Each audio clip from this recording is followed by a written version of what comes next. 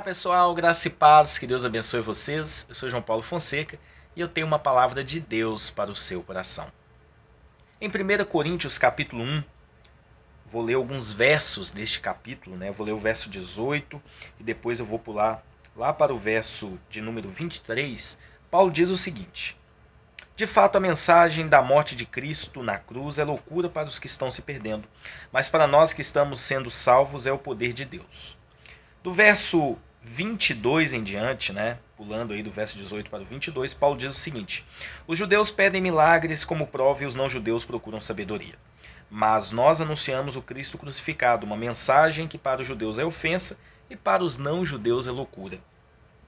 Mas para aqueles que Deus tem chamado, tanto judeus como não-judeus, Cristo é o poder de Deus e a sabedoria de Deus. Pois aquilo que parece ser a loucura de Deus é mais sábio do que a sabedoria humana, e aquilo que parece ser a fraqueza de Deus é mais forte do que a força humana. Sabe o que é interessante? Quando nós lemos as Escrituras, nós nos deparamos com alguns paradoxos.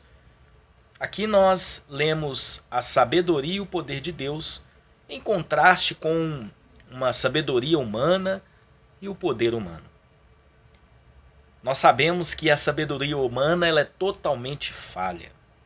A sabedoria humana muitas das vezes é guiada por ditames, filosofias, muitas das vezes práticas ligadas às nossas concupiscências, porque a palavra de Deus diz que nós somos tentados segundo as nossas concupiscências, ou seja, somos tentados segundo os nossos desejos proibidos.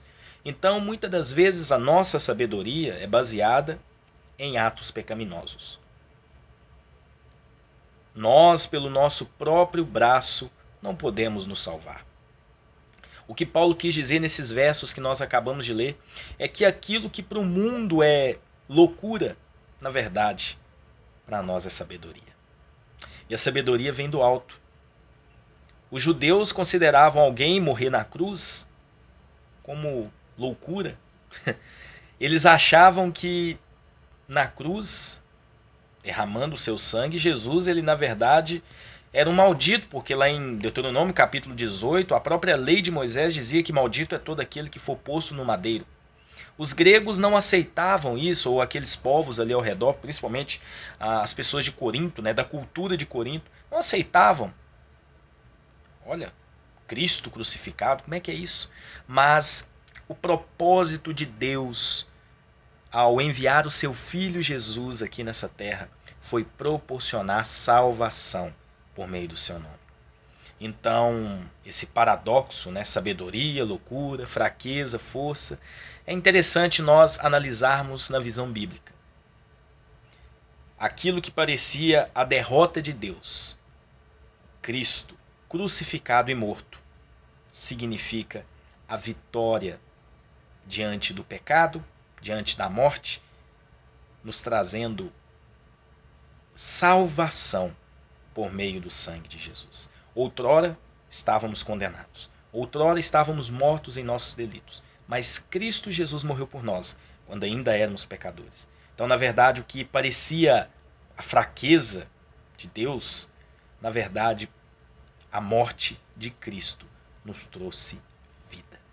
E a mensagem da cruz, que para muitos é loucura, para muitos é uma coisa de outro mundo, na verdade é o poder de Deus para a salvação de todo aquele que nele crê.